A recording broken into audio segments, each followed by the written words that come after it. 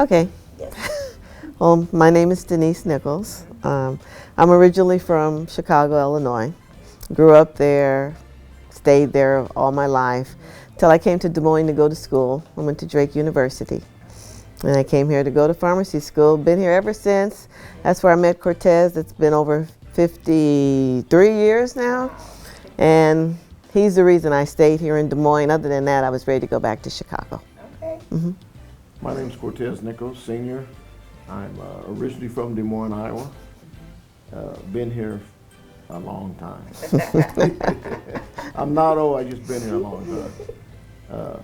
Went to Drake University, met my wife Denise, and been a beautiful story.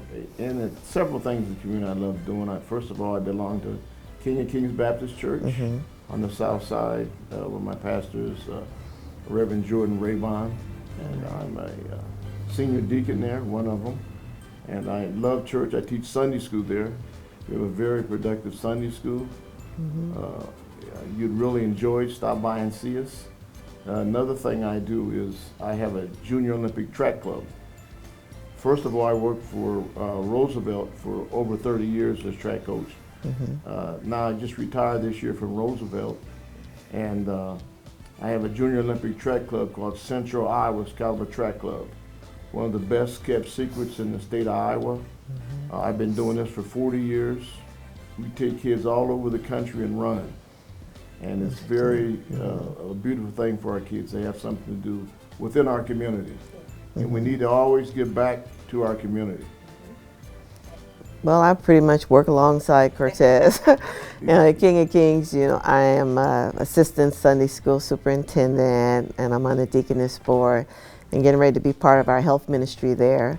As far as our Central Iowa Excalibur Track Club, I'm like the go-to person, the paper person, do all the things for the team that needs to get done.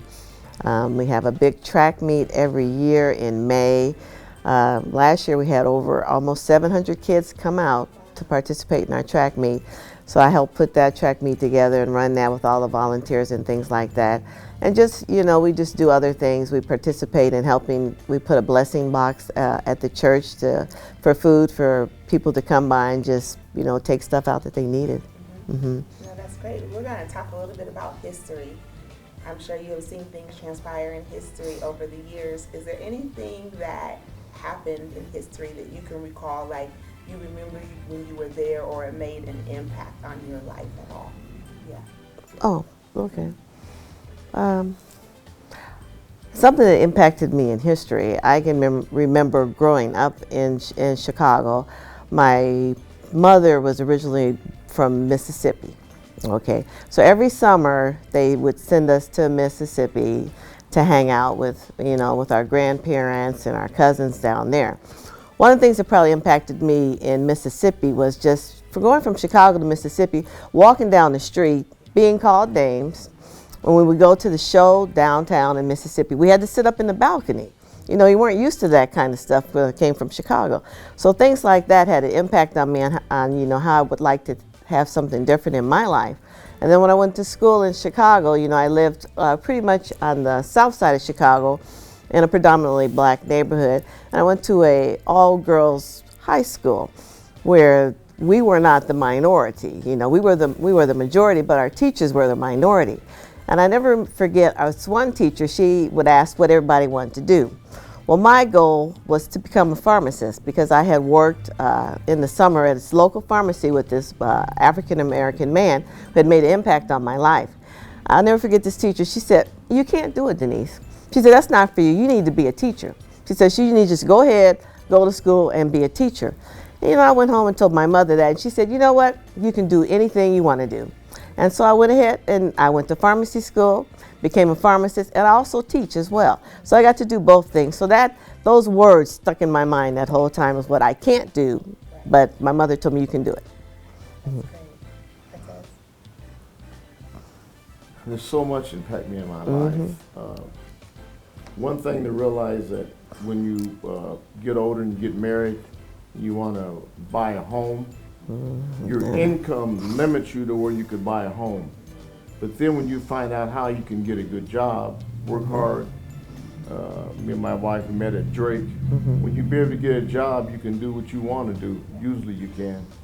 But there's still that air about once you start studying, you see that you can't move where you want to move. You can't really do what you want to do, even though the society says you can do that.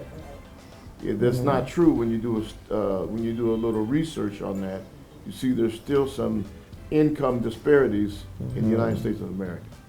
And that's one thing I learned through history, that the history best rewards you when you do the research. You see what's going on. What I like about now, when you get older and you have kids, you have the ability to help your kids to go as far as they want to go. Right. But you got to be willing to sacrifice to do that.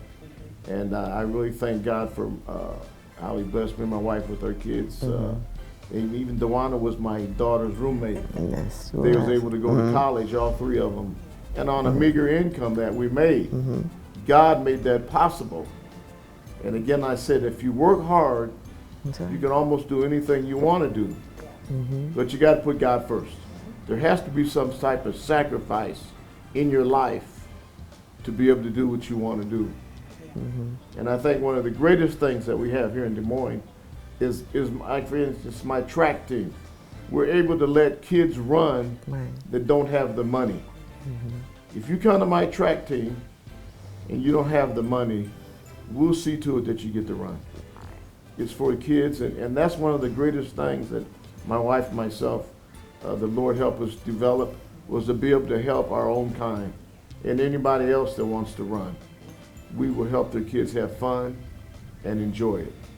That's great. Talk to me about, you talked about as you've grown older and you've looked at things over time, but why is it important to share these stories with your family, with friends, and community? Because so often we don't hear stories from people, unfortunately they pass on, they go on, and then their stories have gone on with them. So why is it important to share those stories? Well, it's important to share stories with your children and other people. For instance, me, I've never had but one new car. I bought my wife when she got her doctorate degree. I got her a new car. I've always learned that if you can take something, a used car, and fix it up, the insurance is cheaper, it's paid off sooner, and plus you have the extra money to save. And I tell people that kind of stuff, that you can do stuff if you want to do it, but you got to give God the credit first. I believe in that. I believe God allow you to do anything you want to do, but you first give Him the credit first. And that's one of the most important things in my life. I started going to a church when I was a young kid, and that's what sustained me in my life, was the good Lord. Yeah. Well, it's important to let your children, as well as your grandchildren, to know where you came from, but that things have not always been like they are today. No. Our grandchildren are blessed with parents that both have good paying jobs and that enable them to do a whole lot of things.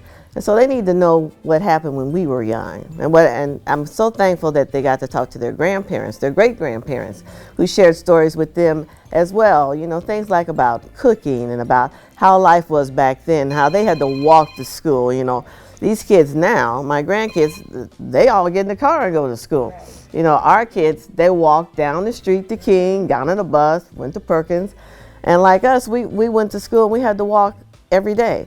So they need to know some of the traditions that can be passed along so they don't forget stuff from the past. Because some of that stuff from the past can help you. Even when they're sick, things that our parents used to do for us, our great-grandparents used to do, they're like, you did what?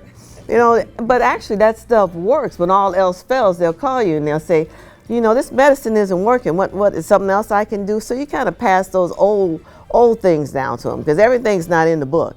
You can't go to the book. So you got to go have that knowledge base so that you can pass it on to your children, to their children. They can tell their children, like, this is what it was like when your great-grandparents were raised. Because we know from our history that we traced our history, well, my family history, I know for sure, in Kentucky, goes all the way back to the slave days, because our family name is on a slave roster.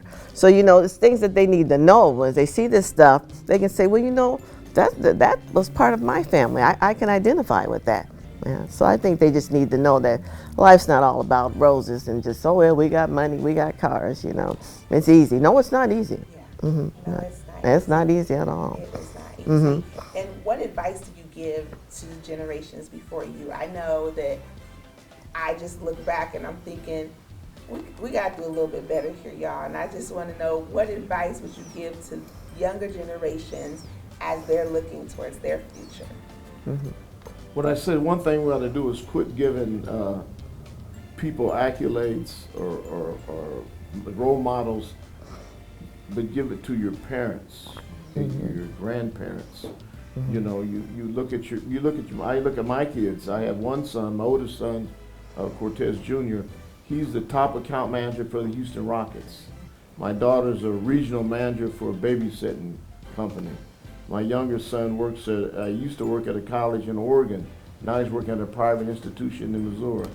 You tell them they can do anything they want to do, but they got to work for it. Right. I tell you, you got to work for it, and it ain't easy all the time. It ain't easy. And then what you ask me, what I tell them, look at your parents for examples. That's one of the greatest things you can do. See what they did, and see how they accomplished that. And I think that's a big thing in this life. And we don't do that. We look at other people for examples, and we have one of the best examples in our life around us all the time. No, that's true. We do. Yeah. That's right, yeah. Well, I think I would just tell the next generation to first put God first in their life. Because, you know, you can do all things through God. So I think that they need to have that basic foundation, but that they can always go to God when they need that help. And, you know, as I agree with Cortez as far as role models, it's good to see even our grandchildren, our granddaughter, when she does reports, because, you know, in Black History Month, they do reports down in Texas. Well, she did one on her grandfather because he was in the service, you know. She's done one on Cortez, you know. It's things like that. They can look to them as their role models instead of saying, oh, yeah, I want to be like, you know, Michael Jordan. I want to be like, you know, Beyonce or something like that. I mean, they're doing their thing, but your role models are right before you. So communication, talk to them. You know, if you need some help, talk to them. Go to them for the questions answered. Don't just go around asking anybody, because anybody can give you advice. So I think you need to go to the ones that love you and take care of you and get your advice from them. And one of the most important things, I think, is tell a kid, you know, a kid that's a generation after you, is that don't do what I do. I mean, do as I do, not as I say. Because what you do for a kid and do for them and with them is so important in this life. It is. It's so important. Yeah, it is. No, it's so important. Well, I want to thank you both for taking some time to talk with me today and giving some words of wisdom to those who are listening. Are there any final words you would have before we end our conversation today? You want to go first? Final words. I don't know if The final words I give the people, now. because I've been knowing the Lord a long time. This doesn't mean anything. What means anything is that what you do it from your heart, and God reached the heart. And in the way our society is going today, I believe the world is winding down. We're in a tailspin, especially here in America. If you haven't paid attention to the grocery stores, to the pharmaceutical companies, you see that, to the doctors, you see that America's going down. We're in a tailspin. And you're going to need the Lord after a while. Yeah. And follow the Lord, whatever you do, give him the credit. And that's what he wants. When you fast, God wants you to give something up in order to get something. And that's with all lifestyles. Everything's patterned after the Lord. And if you don't do that, you will one day. Oh, yeah. You won't have a choice. We won't have a choice, right? Yeah. I just say that now is the time to stay close to your family. This is the time when you need your family, when you should go to them. Don't seek out other people for knowledge, and get your stuff from the kids at school. You know, the kids at school can tell you all kind of stuff, but you need to stay, I think you need to stay close to your family. You need to talk to your grandparents, your great-grandparents, all those people that are still alive in your family. Those are the people you need to talk to and get the knowledge from them, because that stuff helps you later on in the future. It does. Well, thank you so much for taking time to talk with me today. It's been a great conversation. Thank you. Thank you. Mhm. Thank you.